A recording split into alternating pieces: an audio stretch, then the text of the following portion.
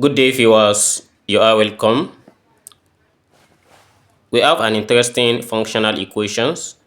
F of x plus 2 equals x plus 5 plus 3. Here we have f of 0 equals 0 and f of odd range. This is what we need. So first is, let's consider the solution. And before I solve this, we can try and solve it and drop the answer in the comment box. So in the first step, let's try and look for a recurrence in a shifted form. So here, let's say I write this equation as f of x plus 5 equals f of x plus 2 minus 3. And let's try and look for some index shifts. Let's say I do some little substitution here.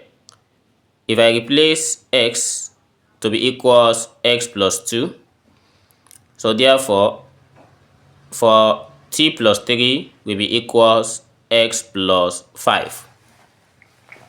And next, we are going to have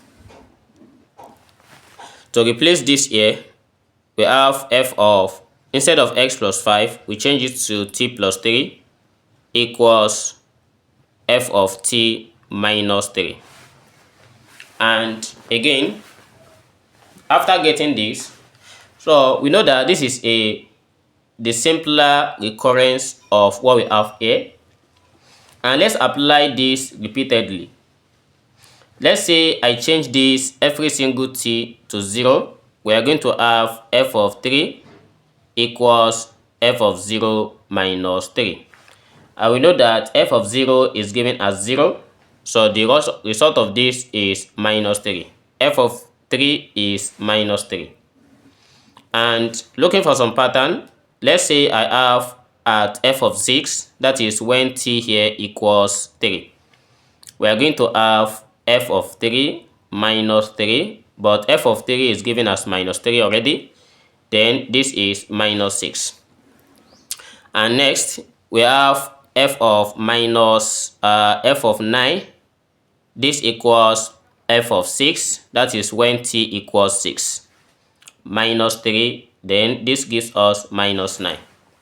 We see that this just continues in this manner, as we are going to make a general formula here that since this is a multiples of 3, then we are going to have f of 3n equals minus 3n. All these are given negative, and this will work for any number that we plug in.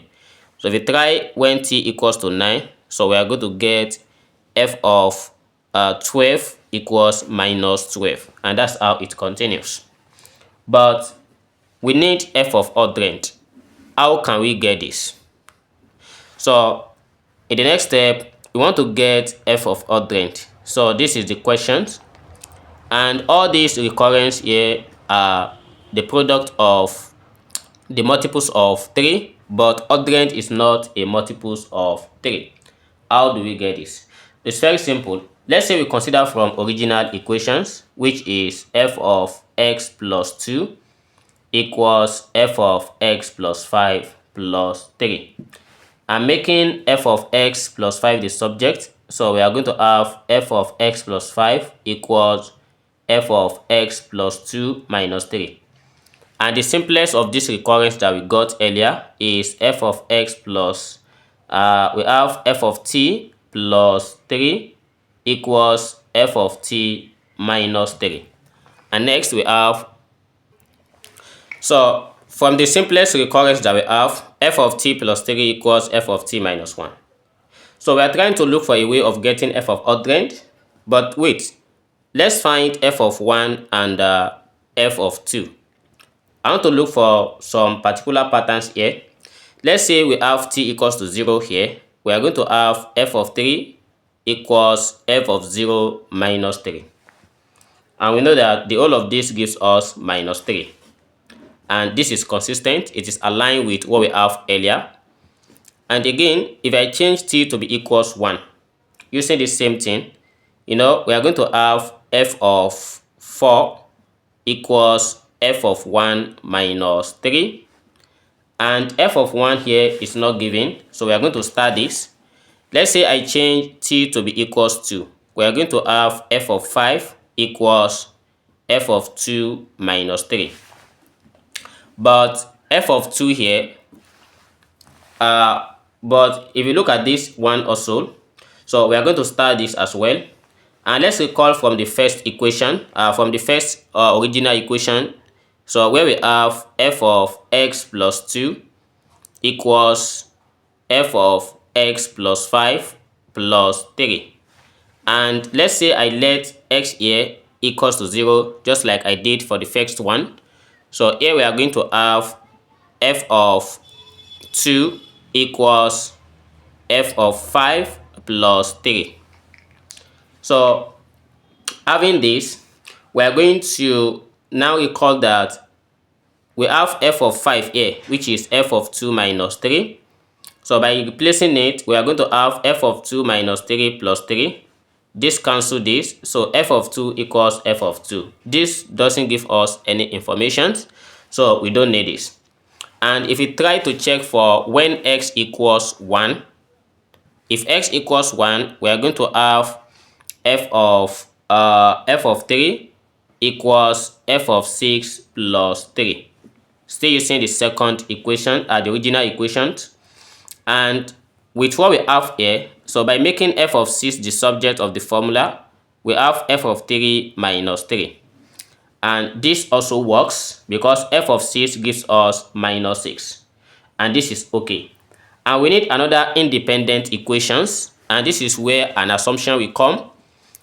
Let's say I assume that f of x here equals negative x. And how can we know that this works or it does not work? It depends on, let's try and check. So for the first equation where we have f of x plus 2, so this gives us minus x plus 2. And for f of x plus 5 as well, so we are going to have minus x plus 5 for this. And if we try and equate the two together, this will also work. So therefore, we are going to have f of x equals minus x as the solution. But wait.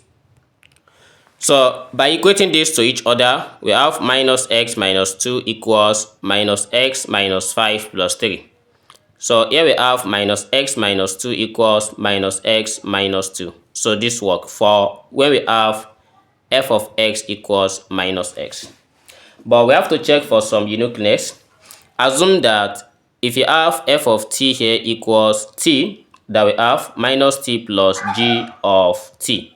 So where this g of t is a periodic function of when we have g of t plus 3 equals g of t. So it's a periodic function with a period of 3. So we try and verify for this using f of x equals minus x. So this will also work. Therefore, the only solution that we are going to have for f of x, for f of odd range, is when we have f of odd range equals minus odd range. And how do we know that this works? So from the original equations, so if x equals to odd range, we are going to have f of x plus 2, that is f of 102. And substituting it in this, we are going to have minus 102. And again, for f of x plus 5, we are going to have 105, which is minus 105. Then adding plus 3 to this, so this gives us minus 102. The left hand side equals the right hand side, so which means that f of odd range equals minus odd range. And this is the most natural, unique answer for when we have a linear assumptions. Thanks for watching, and how do you solve this? Let's hear it in the comment box. Bye bye.